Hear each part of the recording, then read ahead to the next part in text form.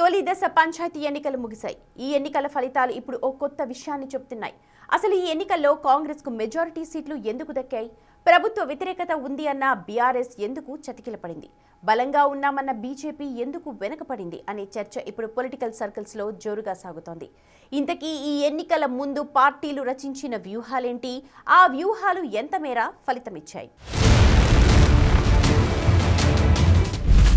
గ్రామ పంచాయతీ ఎన్నికల్లో కాంగ్రెస్ జోష్.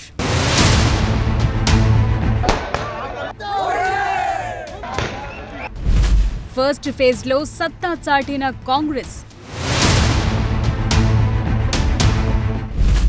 2335 స్థానాలు దక్కించుకున్న కాంగ్రెస్ మద్దతుదారులు. తలకిందులైన బీఆర్ఎస్ అంచనాలు. కాషాయ పార్టీని పట్టించుకోని గ్రామ ప్రజలు.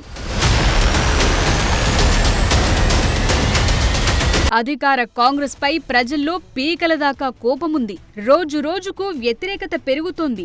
అవకాశమొస్తే చాలు ఓట్లతో కాంగ్రెస్ కు బుద్ధి చెప్పేందుకు ప్రజలు సిద్ధంగా ఉన్నారు అంటూ బీఆర్ఎస్ ఇటు బీజేపీ నేతలు ప్రతిరోజు ఇవే మాటలను హోరెత్తిస్తూ ఉన్నారు. సోషల్ మీడియాలో అయితే ఈ ప్రచారం పీక్స్ లో సాగుతోంది. కానీ ఇవేవి కూడా నిజం కావని తేల్చేశారు గ్రామ ప్రజలు. మొత్తం 3 దశల్లో ప్రస్తుతం తెలంగాణలో పంచాయతీ ఎన్నికలు జరుగుతుండగా మొదటి దశలో కాంగ్రెస్ హవా స్పష్టంగా కనిపించింది. తొలి దశలో మొత్తం 4236 పంచాయతీలకు ఎన్నికలు జరగ్గా ఇందులో 2335 పంచాయతీల్లో కాంగ్రెస్ పార్టీ బలపరిచిన అభ్యర్థులు గెలుపు సాధించారు. అంటే మొత్తం పంచాయతీల్లో 55% పంచాయతీలను కాంగ్రెస్ కైవసం చేసుకుంది. అత్యధికంగా నల్గొండ జిల్లాలో 200 పంచాయతీలను కైవసం చేసుకుంది కాంగ్రెస్ పార్టీ. దీంతో ఆ పార్టీ నేతల్లో సరికొత్త జోష్ కనిపిస్తోంది.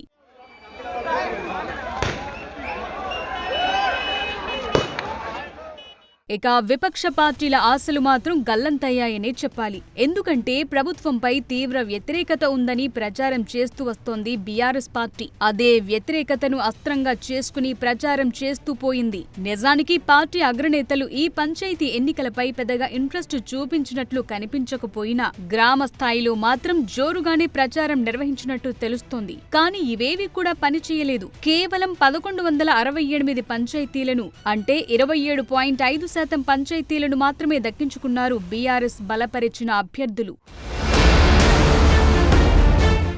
ఇక బీజేపీ గురించి ఎంత తక్కువగా మాట్లాడుకుంటే అంత మంచిది. ఎందుకంటే 4236 పంచాయతీలకు గాను ఆ పార్టీ బలపరిచిన అభ్యర్థులు గెలుచుకున్నది కేవలం 189 మాత్రమే. అంటే ఆ పార్టీ పరిస్థితి ఎలా ఉందో అర్థం చేసుకోవచ్చు. ఆ పార్టీకి అన్నో ఇన్నో పంచాయతీలు దక్కింది కేవలం కామారెడ్డి, కరీంనగర్, నిర్మల్, నిజామాబాద్ జిల్లాల్లో మాత్రమే.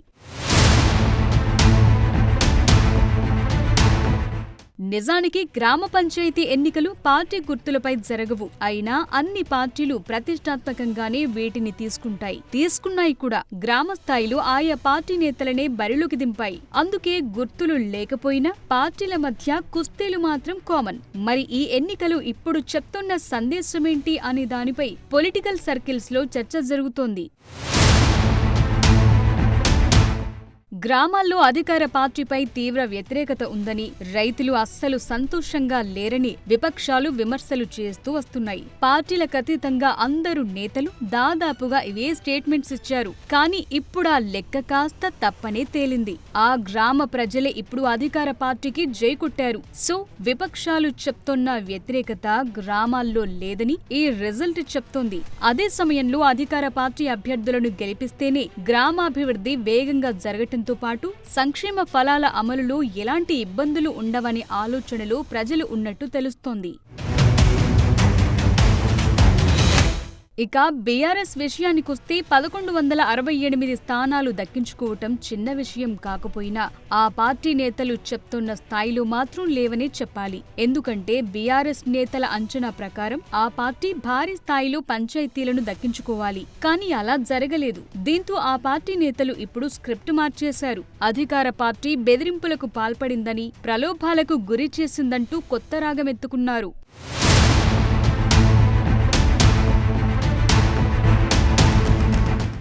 ఇక కమలం పార్టీ నేతలైతే గెలుపు తమదే అనే తీరుగా స్టేట్మెంట్స్ ఇచ్చారు. బీజేపీ ఎంపీ కేంద్ర మంత్రి బండి సంజయ్ అయితే బీజేపీ బలపరిచిన అభ్యర్థులను ఏకగ్రీవం చేస్తే 10 లక్షలు కేటాయిస్తామని ఆఫర్ కూడా చేశారు. కానీ వీటన్నింటినీ ప్రజలు ఏమాత్రం పట్టించుకోలేదు. అసలు బీజేపీ పార్టీ నేతలను లైట్ తీసుకున్నారు. నిజానికి నేతలు పంచాయతీ ఎన్నికలపై ఫోకస్ చేయకుండా నేతల మధ్య పంచాయతీలతోనే బిజీగా ఉండడంతో గ్రామ ప్రజలు ఇంకా లైట్ తీసుకున్నారు. మరి ఈ ఫలితాలు మిగిలిన దశలపై ఎలాంటి ఇంపాక్ట్ చూపించబోతున్నాయి? అధికార పార్టీ ఎలాంటి వ్యూహాలను రచించబోతోంది? ఈ ఫలితాల తరువాత విపక్ష పార్టీలు కోలుకునే అవకాశం ఉందా?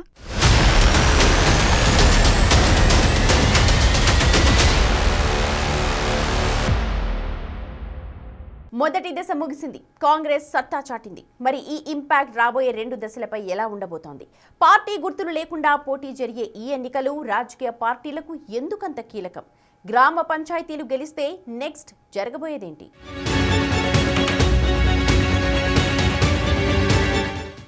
మొదటి దశ ముగిసింది. అధికార పార్టీ కాంగ్రెస్ సత్తా చాటింది. మరి రెండో, మూడో దశ ఎన్నికల సంగతేంటి? ఇప్పుడిదే ప్రశ్నపై అన్ని పార్టీలు ఫోకస్ చేస్తున్నాయి. మొదటి దశ ఎన్నికల ఫలితాల ఎఫెక్ట్ మిగిలిన 2 దశలపై తప్పక కనిపించబోతుందనేది మాత్రం వాస్తవం. ఇప్పటికే కాంగ్రెస్ బలపరిచిన అభ్యర్థుల్లో కాన్ఫిడెన్స్ బాగా పెరిగింది. ఇప్పుడు ఈ జోష్తో మరింత దూకుడుగా ప్రచారం చేస్తున్నారు అభ్యర్థులు. ఇప్పుడు వారి ప్రచారాస్త్రంలో ఈ మొదటి దశ ఎన్నికల ఫలితాలు ఒక అంశంగా మారింది. రాష్ట్ర ప్రభుత్వం చేపట్టిన కార్యక్రమాలు, 6 గ్యారంటీల అమలు పట్ల ప్రజలు సానుకూలంగా ఉన్నారనటానికి ఈ ఫలితాలే ఓ సంకేతమని కాంగ్రెస్ ప్రచారం చేసుకుంటోంది. ఇది ఓటర్లను మరింత ఆకర్షించే అవకాశం లేకపోలేదు.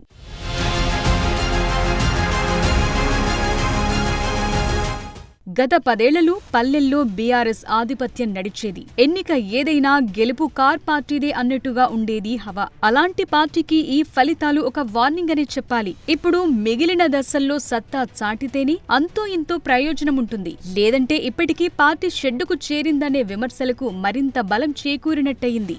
బీఆర్ఎస్ ముందు ఇప్పుడు అనేక సవాళ్లున్నాయి. తమ ఓటు బ్యాంకును కాపాడుకోవాలి. అదే సమయంలో గ్రామంలో కాంగ్రెస్ ప్రభావం తగ్గించాలి. దీంతో ఇప్పుడు తమ ప్రచార శైలిని మార్చుకునే అవకాశముంది. రాష్ట్ర స్థాయి సమస్యలపై కాకుండా స్థానిక సమస్యలపైనే ఎక్కువ ఫోకస్ చేసే అవకాశముంది.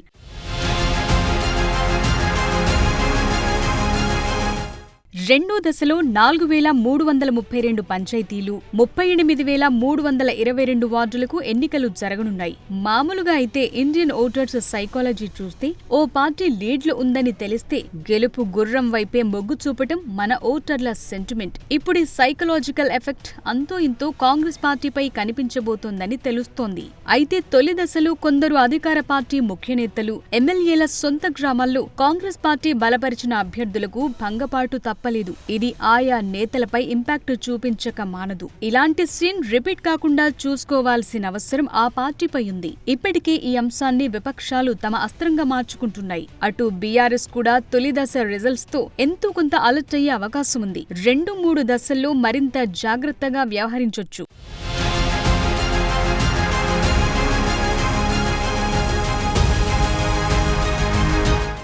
కానీ ఇక్కడో విషయముంది. ఇప్పుడు పంచాయతీల్లోనే సత్తా చాటితే ముందు ముందు జరగబోయే ఎంపీటీసీ, జెడ్పీటీసీల ఎన్నికల్లో గెలుపు నల్లేరుపై నడకవుతుంది. అందుకే ఈ ఎన్నికలను ఏ పార్టీ కూడా లైట్ తీసుకునేందుకు ఇష్టపడటం లేదు. నిజానికి గ్రామ పంచాయతీ ఎన్నికలు కేవలం సర్పంచ్లు, వార్డు మెంబర్స్ ను మాత్రమే ఎన్నుకోవటం కాదు. ఇవి మండల, జిల్లా పరిషత్ ఎన్నికలకు ఒక రూట్ మ్యాప్ను నిర్దేశిస్తాయి. పంచాయతీ ఎన్నికల తీర్పు ఎంపీటీసీ, జెడ్పీటీసీ ఎన్నికలపై చాలా ఎఫెక్ట్ చూపిస్తుంది. పంచాయతీ ఎన్నికల్లో సత్తా చాటిన పార్టీలకి ఎంపీటీసీ, జెడ్పీటీసీ ఎన్నికల్లో కాన్ఫిడెన్స్ ను పెంచుతుంది.